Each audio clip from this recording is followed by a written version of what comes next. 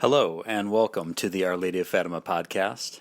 This is episode 21, and it is being recorded on the evening of Thursday, October 21st, 2021. Let us begin with our 54-day Rosary Novena, the intentions, and it is the 15th day of the Novena in Petition. The glorious mysteries are to be prayed today for those of you who are joining in, and I certainly hope you are.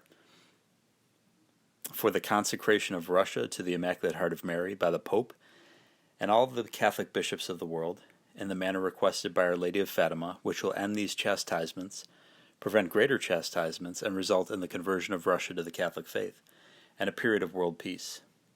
I unite this rosary with all the rosaries offered for the same intention. We are going to take a look today at the question of, is Fatima approved? Are the apparitions associated with Our Lady of Fatima approved? And that's a very, very important question, because we want to think with the mind of the Church. And we're going to talk a little bit about which apparitions are approved by the Church, because there have been a lot of hoaxes and a lot of deceptions out there, and we want to make sure that we're only giving our assent to apparitions that have some sort of approval from Holy Mother Church. But first of all, we're going to look specifically at Fatima. And yes, we can answer resoundingly with a positive affirmation that the apparitions of Our Lady of Fatima are indeed approved by the Church over and over again. I'm at the Fatima Center website, fatima.org, where it says approvals by the popes, and I'll begin there. In 1917, as the First World War was being fought across Europe and showed no signs of concluding peacefully, Pope Benedict XV turned in petition to the Blessed Virgin Mary, through whom all graces are dispensed. The Pope urgently asked all of the Christian people to beg the Virgin Mary to obtain the peace of the world and to solemnly entrust the task to her alone. He wished the world to have recourse to the heart of Jesus, throne of graces, and to this throne to have recourse through the intermediary of Mary, and he ordered that the invocation, Queen of Peace, pray for us, be permanently added to the Litany of Loreto. Then, confidently placing the peace of the world in her hands, the Pope made another appeal. To Mary, then, who is the Mother of Mercy and omnipotent by grace, let loving and devout appeal go up from every corner of the earth. From noble temples and tiniest chapels, from royal palaces and mansions of the rich, as from the poorest hut, from blood-drenched plains and seas, let it bear to her the anguished cry of mothers and wives, the wailing of innocent little ones, the sighs of every generous heart, that her most tender and benign solicitude may be moved and the peace we ask for be obtained for our agitated world. The gracious Virgin responded quickly to the urgent pleas of the Pope. Only 8 days later, she appeared at Fatima and gave to the Pope and humanity a plan for peace. However, this plan first required the obedience of the people, and especially of Christ's vicar on earth, the Pope. God and the Blessed Virgin agreed to give the world peace, but since it was the Pope who asked to be shown the way to peace, his cooperation in the designs of heaven became requisite. Thus, from the beginning, the Holy Father has had a specific role in the message of Fatima. Because of his insistence, God sent his Holy Mother to Fatima. And when the Pope fulfills God's demands, the Blessed Virgin will bring peace to the world. Therefore, because their role in the Fatima message is so primary, let us examine how the popes have approved of and promoted Fatima. Firstly, Pope Benedict XV re-established the ancient diocese of Leiria on January 17, 1918, and in an April 29, 1918 letter to the Portuguese bishops, he referred to the occurrences at Fatima as an extraordinary aid from the Mother of God. In 1929, at an audience of the Portuguese seminary in Rome, Pope Benedict's successor, Pius XI, personally offered each seminarians 2 pictures of Our Lady of the Rosary of Fatima. Pope Pius also wished to read all the results of the canonical process of Fatima, so that he would be personally acquainted with Our Lady's apparitions. On October 1st, 1930, the Sacred Penitentiary, under Pius XI, granted a partial indulgence to those who individually visited the shrine and prayed for the intentions of the Holy Father, and a plenary indulgence once a month to those who went there in a group. These indulgences granted in Rome came just in time to prepare minds to receive with entire confidence the soon-to-be-announced episcopal approval, which the Holy See had thus discreetly supported.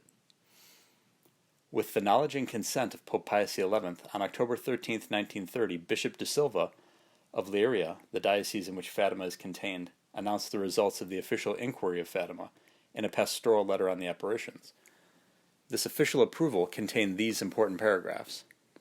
In virtue of considerations made known, and others which for reason of brevity we omit, humbly invoking the Divine Spirit and placing ourselves under the protection of the Most Holy Virgin, and after hearing the opinions of our reverend advisors in this diocese, we hereby, number 1, declare worthy of belief the visions of the shepherd children in the Cova d'Iria, parish of Fatima, in this diocese from the 13th May to 13th October 1917, and number 2, permit officially the cult of Our Lady of Fatima. Pope Pius XII, whose episcopal consecration took place on May 13, 1917, the date of Our Lady's first apparition at Fatima, did many things to help encourage devotion to Our Lady of Fatima. He was known as the Pope of Fatima. He said, "The time for doubting Fatima has passed, the time for action is now." When the Pilgrim Virgin statue was touring Italy, and the miracles were being worked wherever it went, Pius XII stated in amazement, "We can hardly believe our eyes." In 1940, Pope Pius XII spoke of Fatima for the first time in an official papal text. His encyclical, Seculo Exeunt, which was written to encourage the Church in Portugal to further its foreign missionary activity. In the text he stated, "Let the faithful not forget, especially when they recite the Rosary, so recommended by the Blessed Virgin Mary of Fatima, to ask the Virgin Mother of God to obtain missionary vocations with abundant fruits for the greatest possible number of souls." He then concluded the encyclical with, "Without any doubt, God in His goodness will pour out His abundant blessings on these generous enterprises and on the most noble Portuguese nation.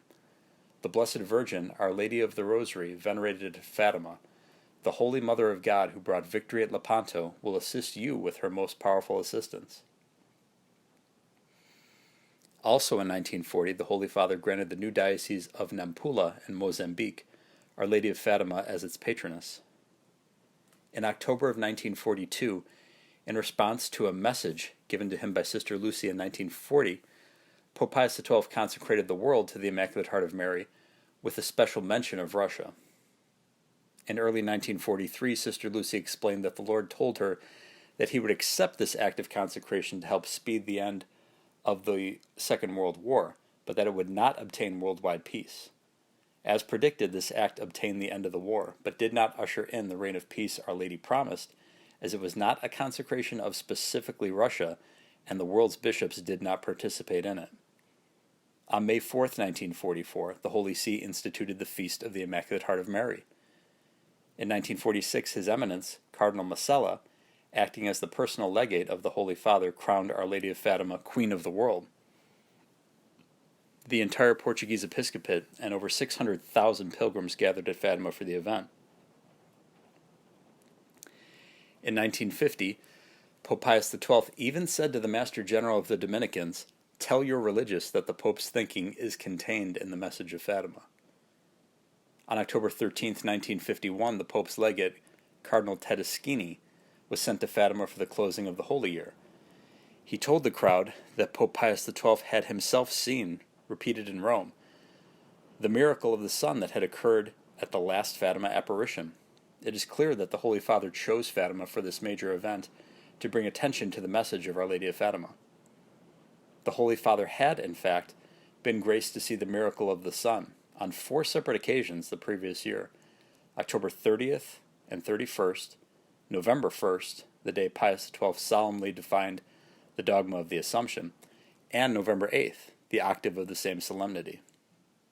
On July 7th, 1952, Pope Pius XII, in response to the petitions of the Russian Catholics, consecrated Russia and her people to the Immaculate Heart. Unfortunately, the petitioners were unaware that the Holy Father had to do the consecration in union with the bishops of the world. Thus, Pius XII did the consecration in a private ceremony without inviting the world's bishops to join him, as Our Lady requested. On October 11, 1954, His Holiness issued an encyclical on the Queenship of Mary, and in it he referred to her miraculous image at Fatima. 2 years later, the church that stands on the apparition site of Fatima was elevated to the rank of basilica. In 1964, during the Second Vatican Council, at the solemn closing ceremonies at the end of the third session, before all the Catholic bishops of the world, Pope Paul VI renewed Pius XII's consecration of the world to the Immaculate Heart of Mary. He also announced that a special envoy was to be sent to Fatima. In the Pope's name, the papal legate would carry as a symbolic gift a golden rose to the Fatima shrine. The inscription on it would say that Pope Paul was entrusting the entire church to the care of Our Lady of Fatima. Then, in fact, on May 13, 1965, through his papal legate, as he had announced at the Second Vatican Council, Pope Paul presented the golden rose at Fatima, commending the whole church to Our Lady of Fatima's care. On May 13, 1967, on the 50th anniversary of the first Fatima apparition, the Holy Father went on a pilgrimage to the shrine of Our Lady of Fatima. He wrote an encyclical on the occasion of his pilgrimage. While there, he also blessed 70 national pilgrim virgin statues to travel continually so that many nations would remember and practice the message of Fatima. Before his election to the papacy, Pope John Paul I exhibited a particular devotion to Our Lady of Fatima, and as Cardinal Patriarch of Venice, he led a pilgrimage there. It was during this trip that he met with Sister Lucy and was very struck by the meeting. Pope John Paul II had many times exhibited his approval of Fatima. He had visited Fatima 3 times, in 1982, 1991, and 2000. During his 2000 visit, he beatified the 2 deceased seers, Jacinta and Francisco. He has also made the feast day of Our Lady of Fatima universal by ordering it to be included in the Roman Missal. During his homily at Mass in Fatima on May 13, 1982, Pope John Paul II said, "The appeal of the Lady of the Message of Fatima is so deeply rooted in the Gospel and the whole of tradition that the Church feels that the message imposes a commitment on her."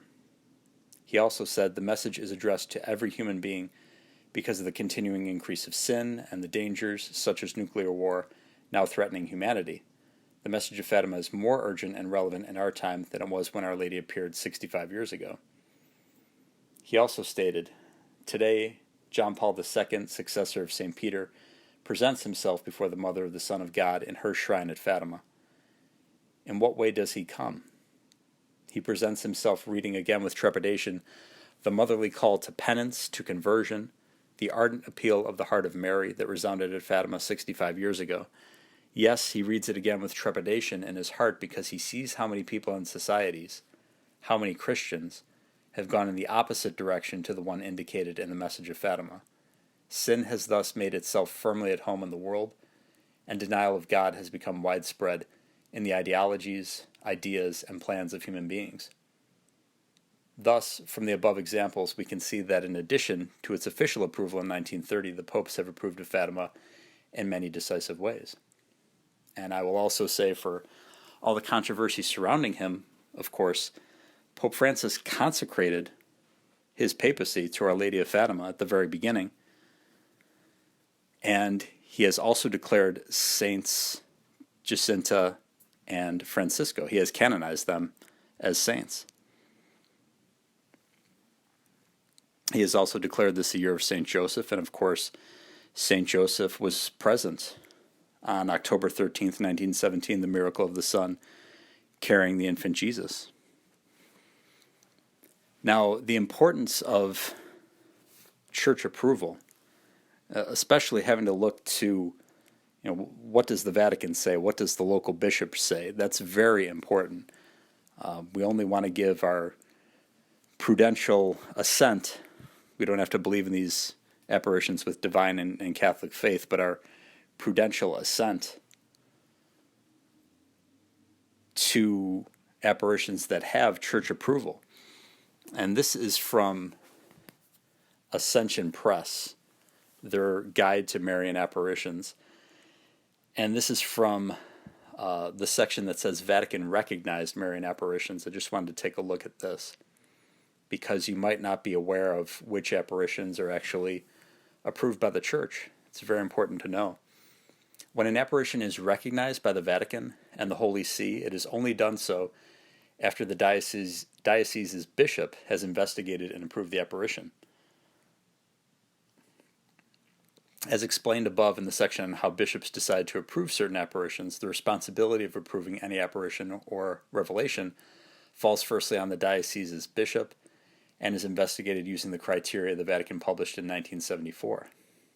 When the Vatican recognizes an apparition, it does not mean that the apparition is more important than a simply bishop-approved apparition. Rather, it confirms that there was enough evidence to confirm the apparition's merit and was easily able to move to the higher church officials.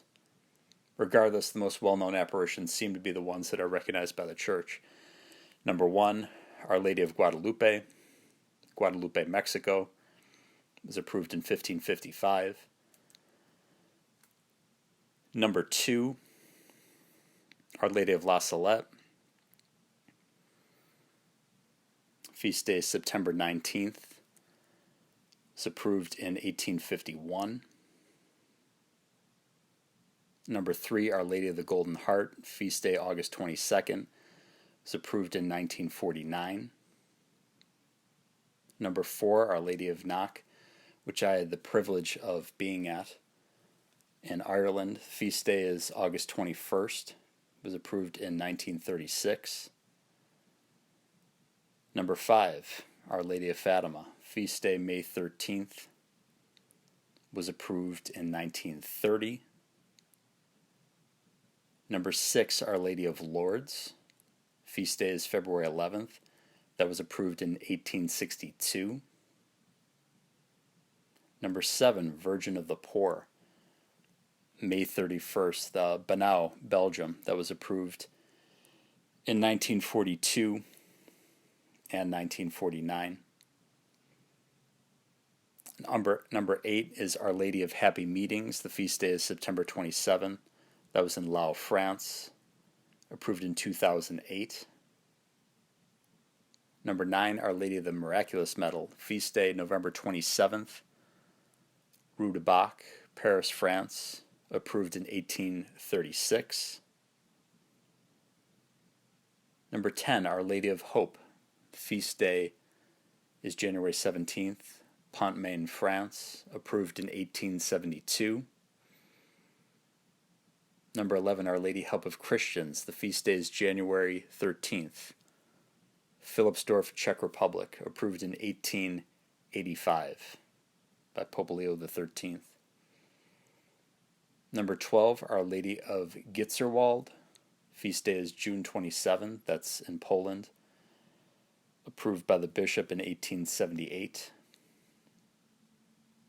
Number 13, Our Lady of Lezak, I'm probably mispronouncing it, that's in Poland. It was approved in 1724 by the local bishop and crowned by Pope Benedict XIV in 1752.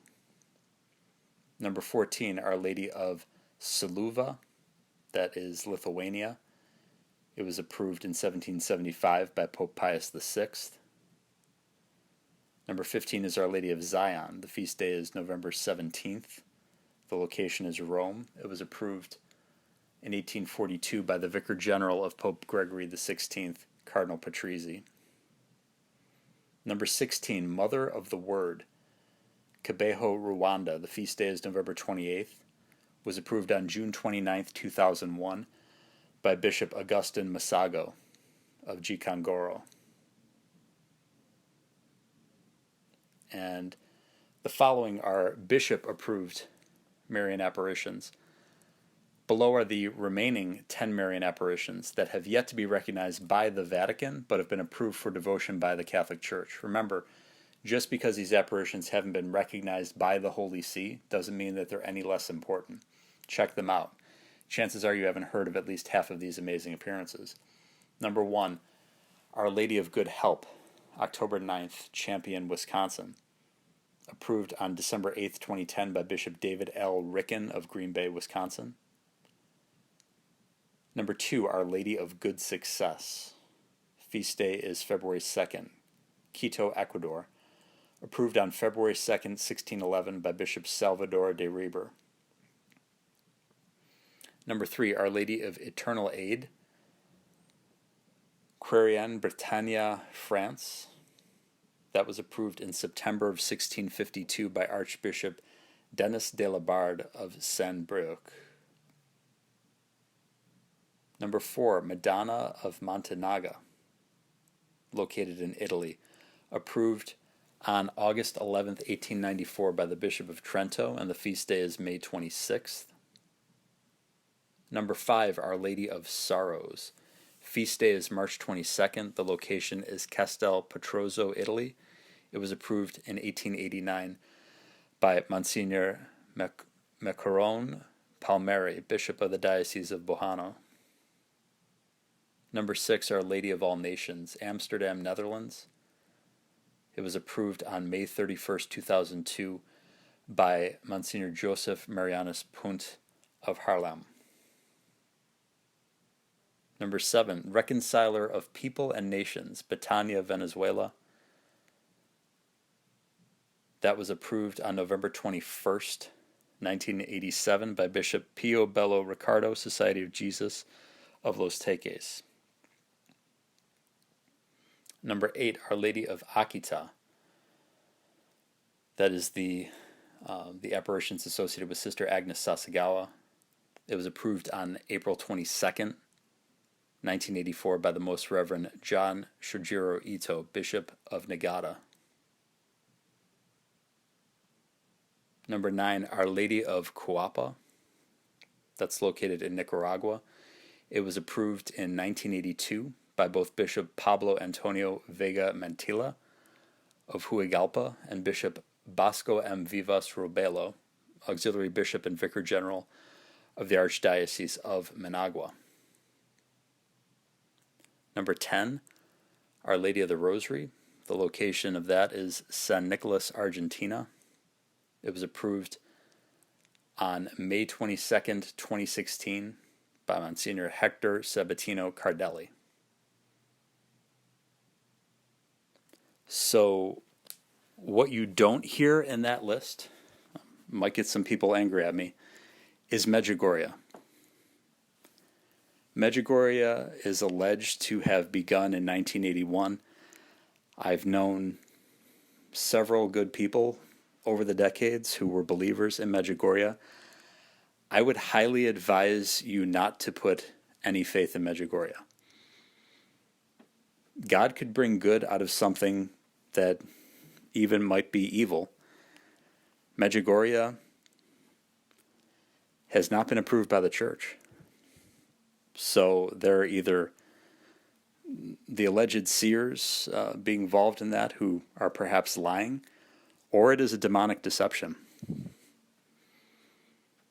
I don't think the Blessed Mother would allow something to supposedly go on for 40 years with a couple of bishops, at least the local bishops who are responsible for that area of Croatia, saying, we do not approve of this. There's been a lot of disobedience there to the bishop, a lot of immorality with some priests and others who are associated with the alleged apparition. Dr. E. Michael Jones, you might want to do an internet search for the interviews that Patrick Coffin conducted with him. It seems very obvious that there has been a lot of bizarre stuff associated with Medjugorje, to say the least. As I said, God can bring good out of something that might actually be evil. Many people have said they've come back to the church as a result of what they perceive to be the graces they received at Medjugorje. Personally, I believe it's some sort of demonic deception. I've read about it, and we know that the demons are not creative in any way. They can't create anything. They can only attempt to ape and mock God. I believe this alleged apparition is an attempt to mock the Blessed Mother and get people distracted from the message of Our Lady of Fatima, which is a message of love and peace and penance and the importance of the consecration of Russia to her Immaculate Heart by the Pope and all the bishops of the world. So I would strongly advise you to stay clear of any devotion to Medjugorje, because I do not believe it's on the level, and the Church has not given it any approval whatsoever. But Our Lady of Fatima is approved. As I read you that list, Our Lady of Knock, which I had the privilege of being in Ireland when I was 17 and at that shrine, Our Lady of Lourdes, Our Lady of Guadalupe, and others. But there are many false witnesses out there, many people, and of course the demons who want to deceive the faithful. So I would definitely advise you to stay away from Medjugorje. Let us now honor Our Lady of Fatima in prayer. In nomine Patris et Filii et Spiritus Sancti. Amen. Ave Maria, gratia plena, Dominus tecum, benedicta tu in mulieribus, et benedictus fructus ventris tui, Iesus. Sancta Maria, Mater Dei, ora pro nobis peccatoribus, nunc et in hora mortis nostrae. Amen. Virgo potens, ora pro nobis. Sancti Joseph, terra daemonum, ora pro nobis. In nomine Patris et Filii et Spiritus Sancti. Amen. Thank you so much for listening to episode 21 of the Our Lady of Fatima podcast. I am your host, Terrence M. Stanton. Goodbye, and God love you.